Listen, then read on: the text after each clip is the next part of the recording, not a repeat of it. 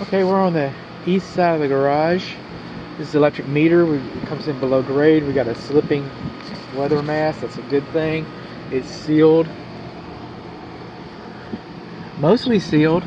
Sealed on 2 sides, but not sealed on 3 sides. Okay, let's get in here. The meter box and the main disconnect are not sealed to the wall in between themselves. I have to come up with a fancy way. We got our L1 and L2 protector. All this looks fine. All this looks fine. Grounding is buried. We can come up with something though, can't we? Everything can't just be fine. This is the UFER. That's our second ground. And that's the way we handle it when we have mixed water systems. And it's fine. Okay, but here we go. Let's get into the meat of the situation, shall we?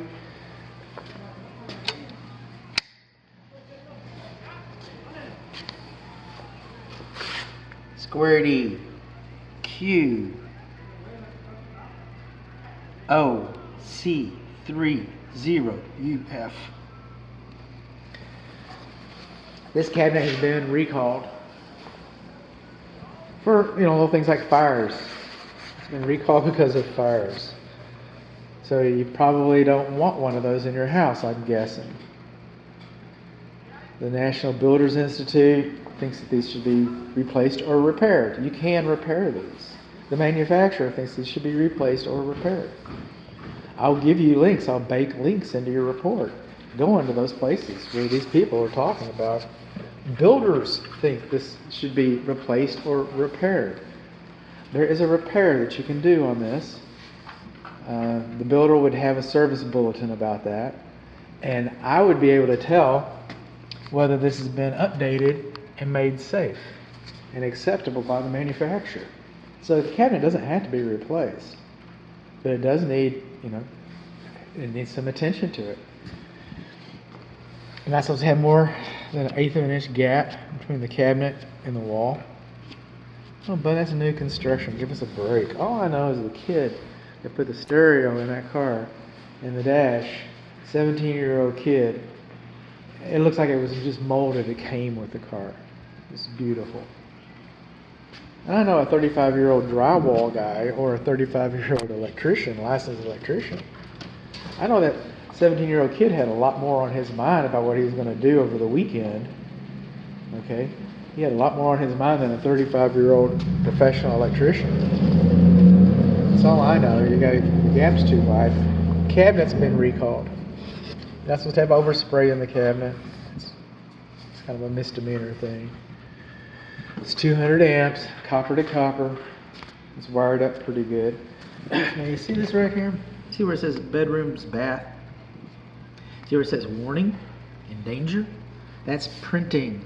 See where it says square D Q 0C3 QOC3.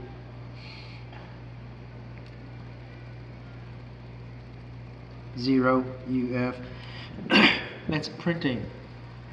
This is handwriting.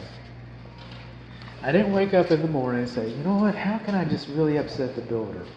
You know what, I think I'll take it upon myself to decide that these things need to be printed instead of handwritten. That's what I'll do. No, it doesn't work like that. It doesn't work like that at all. This is what the code says. This is what the manufacturer says. Okay? They say these things. They say they shouldn't be handwritten. I'm just telling you. I'm just saying. So what did we learn? We learned that we've got some handwriting. We've got some gaps in our panel. Got a little bit of overspray. We learned that our range does not have an electric disconnect. Lockout. We also learned that our clothes dryer is not GFCI protected. Okay, we learned a couple things here. No lockout for the range, no GFCI for the clothes dryer. Gap at the panel, debris and paint in the panel, hand labeled.